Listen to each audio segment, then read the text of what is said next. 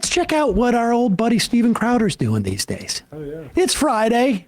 Let's have some fun. Oh, this is my favorite episode of Louder with Crowder. This is a new set? Yeah, he's got a new set. It's a Western background. Here, just pop up there. I'll just talk over it before we start to play.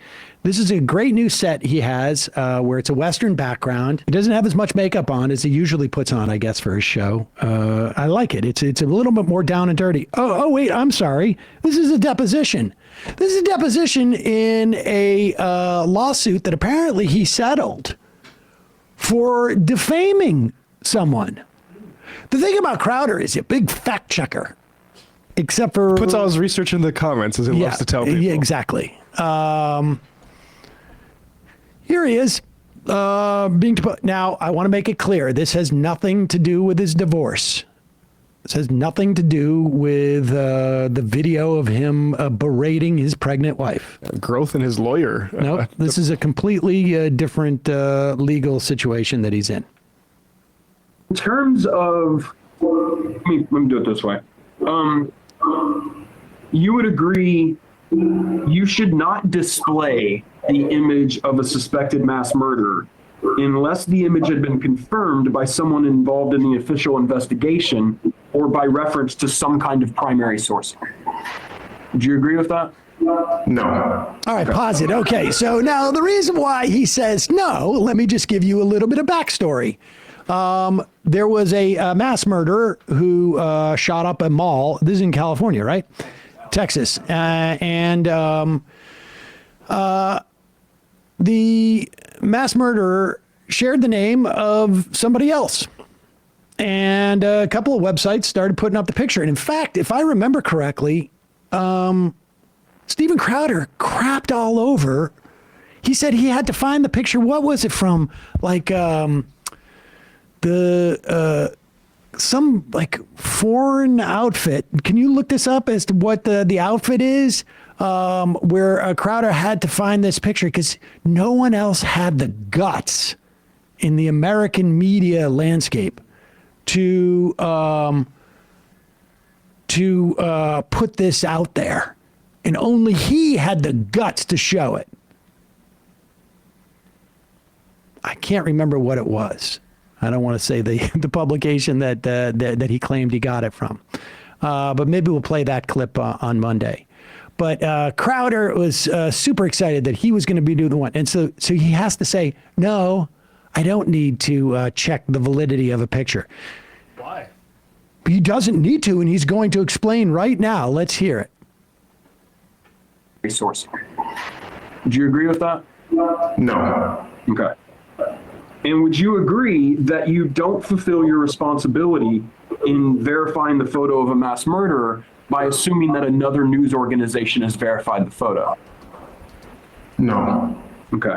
I don't agree. What are your requirements for publishing a photo allegedly showing a mass murder? Objection form. So the process would be similar for any stories in which we're not the primary source, to use your example, would be to find at least one source that would be viewed as legitimate. So usually that's why, when we provide references, we often use left-leaning sources, which we make available every day for every show, and then confirm it with another source where it is available. That would be the process when it's someone else's reporting. Does it matter who's reporting it? That's why I said you try and find the initial, the most credible source to use as a primary source, because it's a little different when covering news. Pause it for a second. To give you an example. Okay, this is a fascinating look into he's thought about this stuff. It's fascinating to me. It's like we use left liberal sources. That's what set us astray. What was that, Les? Was it someone's saying it was Today News Africa? I don't know if that's. I'm seeing on Reddit Real Africa News. So Real African News. Yeah. And so that would be Simon Atiba, who's a reporter there. He was also named in the lawsuit, as well as Televiso Univision, which is a Spanish language channel. They were both named in the lawsuit as well. Okay. Now, we don't do this. We never put up pictures of people like this, and we wait a couple of days because it's just not worth it for us to with the opportunity of spreading misinformation, which always in the wake of these things happens. But I love to hear how he justifies it. Are those guys, Simon Atiba, that news outlet, are they left wing? No. Oh, they're not, but they're from Africa. Atiba. Yeah, I had credentials with the White House correspondence. He was always asking right wing framed stuff to Korean John. Oh, yeah, okay, but it is from Africa. So okay, go ahead. Yeah, it's kind of left. Reporting it? That's why I said you try and find the initial, the most credible source to use as a primary source, because it's a little different when covering news. So to give you an example, if there is a new study conducted on, let's say, medical and COVID intervention, primary source would be one on PubMed, right? The people who conducted the trial. Secondary source would be CNN covering said clinical trial. So same principle, but it's a little different when covering someone else's reporting. So the primary source that we would look for would be as authoritative as available at that time. Pause it for a second. Now, what's fascinating here is, if you want to know why he settled after he gave this deposition, it's because of the things like this. He just described a primary source correctly as the study. And then the secondary source is reporting on the study. But when it comes to the shooting, the primary source would be not a news outlet, but the police, let's say. In this instance, the police. They're doing the investigation. If the police put the picture out, you would be protected. Because it's the police who are doing it. Or if even local news, but I don't know. Maybe you'd have a better argument. So I'm just running with that. That's basically our approach is Yeah, I think if we wait a lot on those for that reason. Yeah, we're not taking Real News Africa's sort of fresh off the press. When all of a sudden no one else is willing to report on something, it sets off a little bit of alarm bells. But the point is, he just switched between what is a primary source and a secondary source. Primary source does not change based upon what you can find. Primary source is the primary source. It's not the best of a few options you have. Go ahead. But it's a little different when covering someone else's reporting. So the primary source that we would look for would be as authoritative as available at that time. All right, so to use that example, if you didn't have access to the PubMed article, but you did have access to a CNN report in which they reported on the PubMed article and cited that PubMed article, that's probably okay to report on. You would agree? I would report according to CNN. Right. What if CNN didn't have any sort of primary source? What if CNN just reported a fact, but it didn't have any source? That's why I would report it according to CNN. Okay.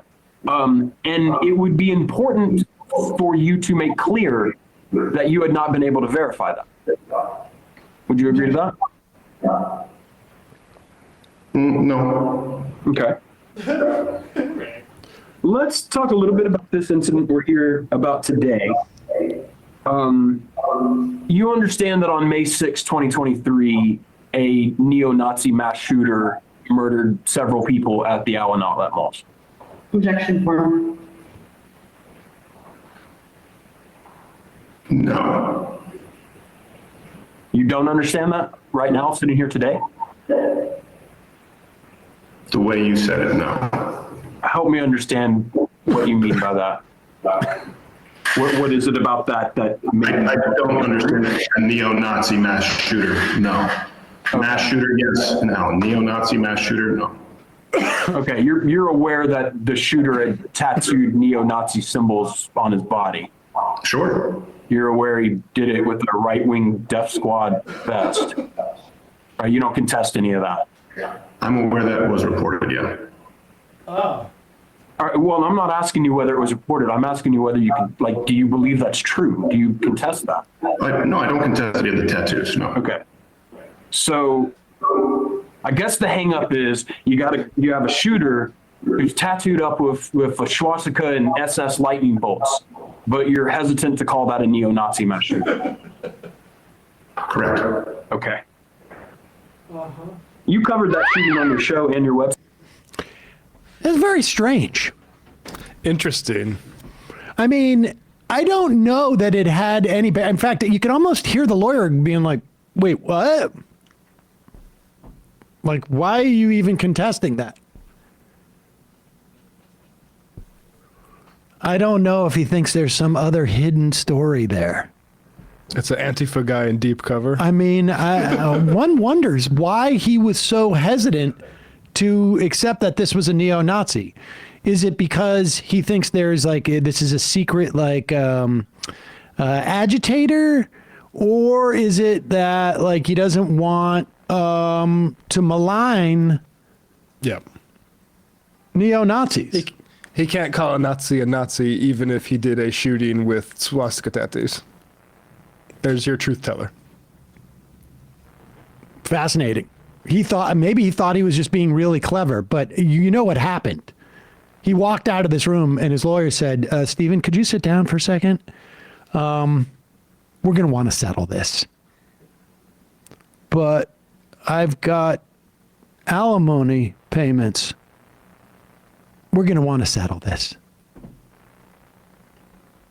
And that's being just maybe part of like all that made Stephen's sort of, I don't know, world somewhat fall apart. Yeah, I don't know. It's tough to keep a family together when you can't say it's Nazi stuff to have a right-wing death squad patch.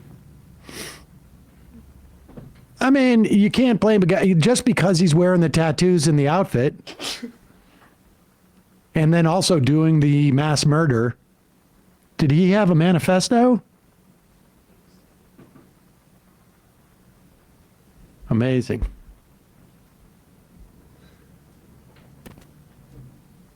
Oh, did he have a bit of Hispanic background? Is that why Crowder doesn't want to call him a Nazi because he's not pure white? Exactly. I would have never let him into my organization. Losers. He had a number of like writings and online postings that had similar subject matter, but not like a defined manifesto. I would have loved to hear the answer. Like, why don't you think he was? What do you have a theory about that? But I guess that was a little bit off topic. He's a Pinochet fan.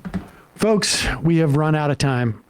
Hey, folks, don't forget to hit the subscribe button and check out our daily show. We do it every day at 12 p.m. Eastern for about 2.5 hours. We even take phone calls. You should check that out.